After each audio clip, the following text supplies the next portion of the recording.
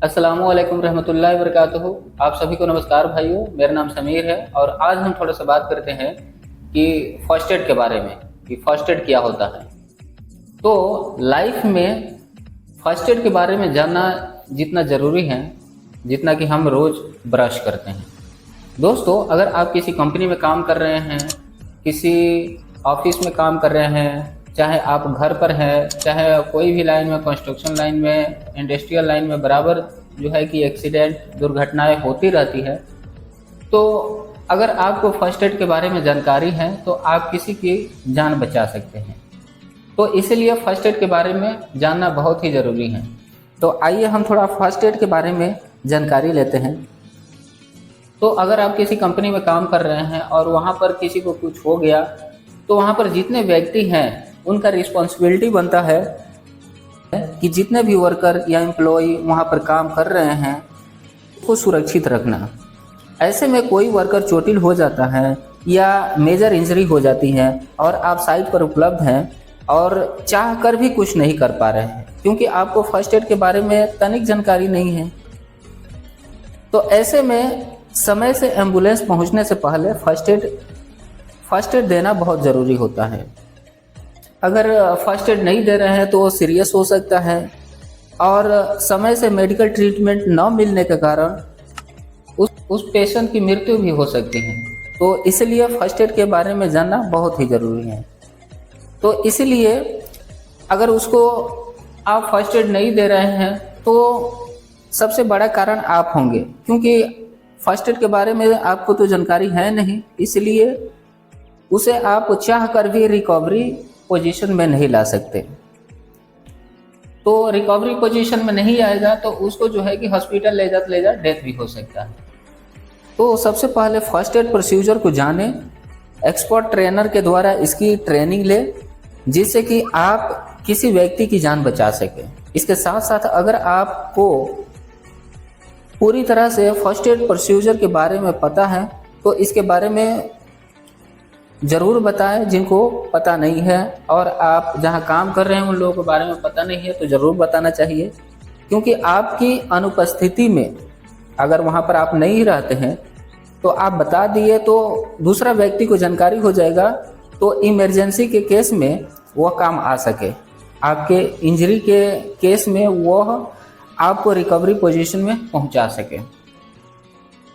अगर आप chemical factory में काम कर रहे हैं तो कोशिश करें कि केमिकल से जितना दूरी बनाया जा सके उसे बनाएं, उसे अपने कांटेक्ट में न आने दें, क्योंकि कंपनी के सेफ्टी प्रोसीजर को हो सके तो जितना हो सके उसे फॉलो करना चाहिए ताकि ऐसा नौबत कभी भी ना आए। इसके अलावा यदि आप कंस्ट्रक्शन साइट पर काम कर रहे हैं तो वहाँ जितने भी संभावित खतरे हैं सबसे पहले उसे दूर करें। फिर भी अगर आप ह्यूमन एरर के कारण कोई एक्सीडेंट होता है या कोई इंजरी होता है तो तुरंत उसे फर्स्ट एड दें जिससे कि वो खतरे से बाहर आ सके। छोटी मोटी जो चोट होती हैं उसे कभी भी अवॉइड ना करें और उसे फर्स्ट एड देने में कोताही ना करें, उसे फर्स्ट एड जितना जल्दी हो सके दे, ताकि कई बार ऐसा होता है कि छोटी छोटी चोट बड़े खतरे का कारण बन जाता है। यदि कोई वर्कर केमिकल हैंडलिंग कर रहा है या मैनुअल हैंडलिंग कर रहा है या स्किन इरिटेशन होने लगा तो सबसे पहले वर्कर को जो काम कर रहा है उसे तुरंत बंद कर देना चाहिए और उस एरिया को छोड़ देना चाहिए। एरिया को छोड़ने के पश्चात सबसे पहले उस व्यक्ति को फर्स्ट एड देना चाहिए जो केमिकल गैस या कंस्ट्रक्शन साइट पर किसी भी तरह की इंजरी हुई हो।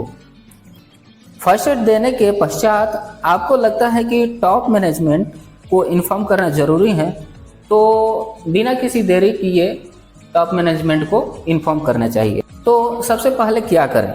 सबसे पहले स्थिति को हैंडल करें और खुद को मजबूती से पेश आने की कोशिश करें और भीड़ पर नियंत्रण रखें। तो वहाँ पर बहुत सारे भीड़ लग जाता है, तो उन लोगों को समझाए, उन लोगों को हटाए और उन लोगों को हो सके तो कुछ कुछ काम में जैसे कि बोल दे कि एम्बुलेंस करो, या पेशेंट्स के जो रिलेशन है उनके रिलेशन में या उसके घर के लोगों को इन्फॉर्म करने को बोलना चाहिए। जब तक आप भीड़ पर नियंत्रण करना नहीं जानेंगे तब तक ये लोग आपको काम नहीं करने देंगे। इसलिए भीड़ पर नियंत्रण करना बहुत ज़रूरी होता है। उसके बाद जितना हो सके उतना जल्दी खुद पर नियंत्रण करें और खुद को शांत रखें। थोड़ी सी ढिलाई के केस में भीड़ आपके ऊपर चढ़ जाएगी। खुद को शांत करने के बाद वहाँ यह देखें कि विक्टिम कितना हॉट हुआ है। ब्लीडिंग देखें कि ब्लीडिंग हो रहा है कि फ्रैक्चर है, वॉन्स है, इलेक्ट्रिकल शॉक है, ब्रीथिंग का प्रॉब्लम है, ये सब जांच करें, चेक करें। जब मामूली सी चोट लगे और ब्लीडिंग हो रहा हो तो चोट के लिए उपचार करें तथा रोगी से बोले कि वो ठीक होने जा रहा है, उसे आराम और आश्वासन दे। और साथ में एंटीस्पेटिक एक लिक्विड होता है, वो एंटीस्पेटिक लिक्विड से जहाँ चोट लगा है उसको साफ करें। यदि आपको लग रहा है कि घाव को ड्रेसिंग किया जाना चाहिए तो उसे पैड और पट्टी से ड्रेसिंग करें और जहां घायल हिस्से से ब्लीडिंग हो रहा हो उसे थोड़ा सा ऊपर उठाएं।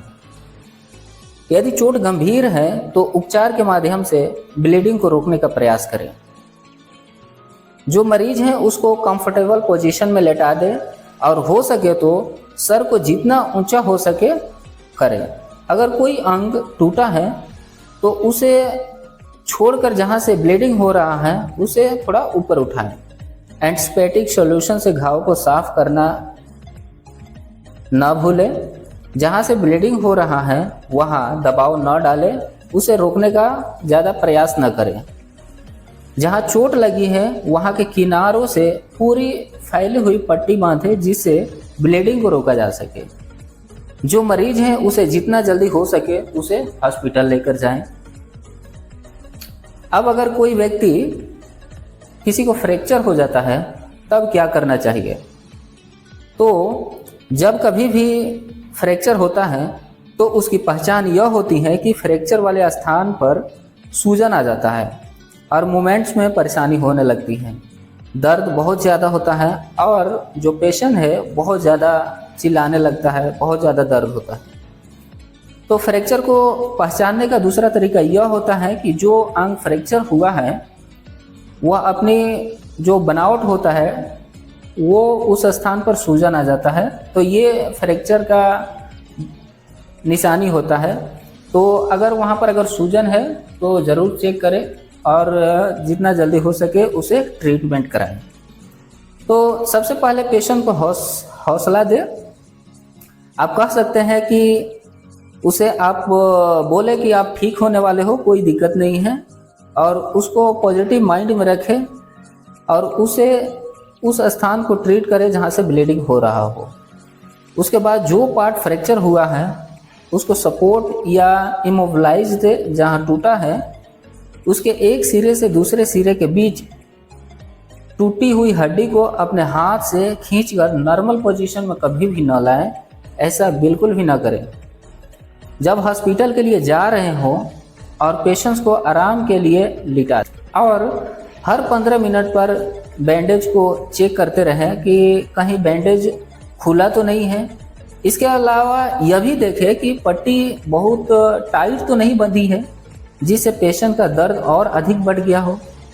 अगर आपको लग रहा है कि बैकबोन इंजरी हुआ है तो पेशेंट को ट्रांसपोर्टेशन में बहुत आराम से लिटाएं और जब ट्रांसपोर्टेशन में लिटाने के लिए ले जा रहे हो तो स्ट्रेचर का प्रयोग अवश्य करें। कभी भी सिंगल व्यक्ति उसे उठाकर ट्रांसपोर्टेशन में ना ले जाए और जितना जल्दी हो सके पेशेंट को मेडिकल ट्रीटमेंट दिलवाएं।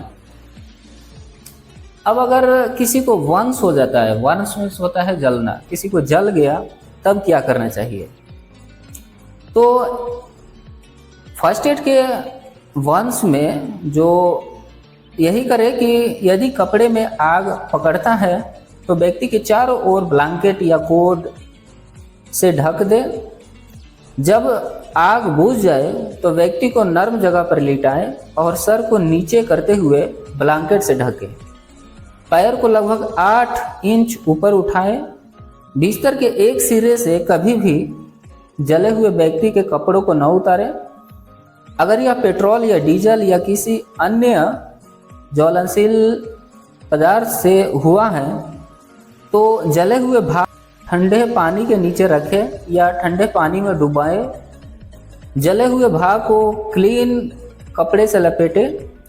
जले हुए भाग पर कभी भी एंटीसेप्टिक क्रीम और लोशन का प्रयोग न करें।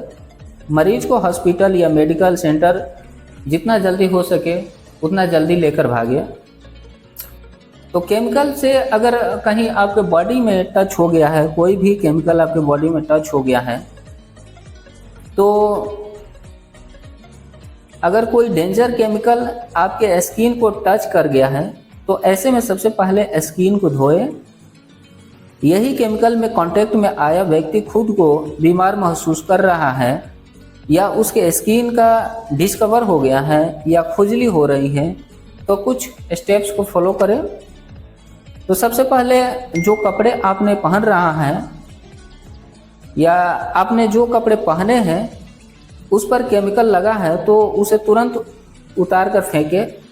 जब तक उसे धुला ना जाए उसे ना पहने।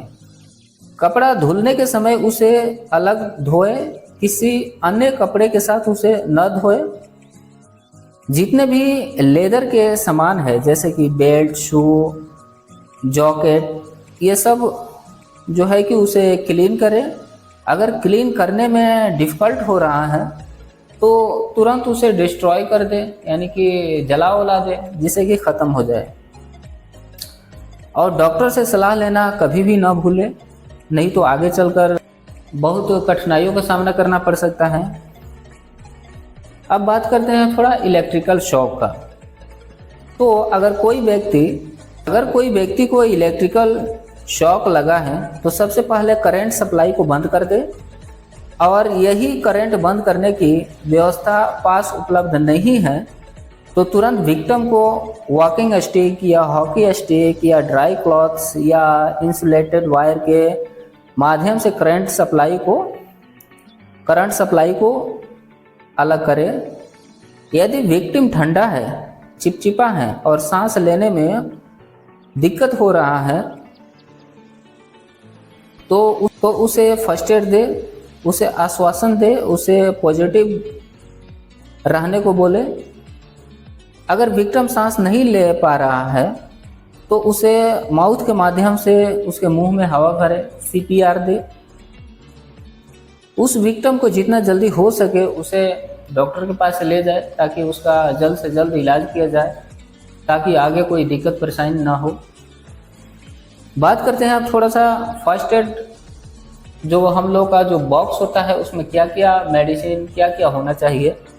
तो उसमें जो है कि बेटाडीन लिक्विड होना चाहिए या बेटाडीन पाउडर होना चाहिए, रोलर बैंडेज होना चाहिए, क्रेप बैंडेज होना चाहिए, सीसर होना चाहिए, प्लॉकर होना चाहिए, ट्रिंगुलर बैंडेज होना चाहिए, कॉटन होना चाहिए, टॉर्च होना चाहिए, सभी जो है कि चीज़ें होना चाहिए। तो मैं आशा और विश्वास करता हूं कि आप लोग यह समझ गए होंगे। और अगर यह इन्फॉर्मेशन अच्छा लगा तो आप लोग वीडियो को लाइक शेयर ज़रूर करें। थैंक यू, धन्यवाद आप सभी का।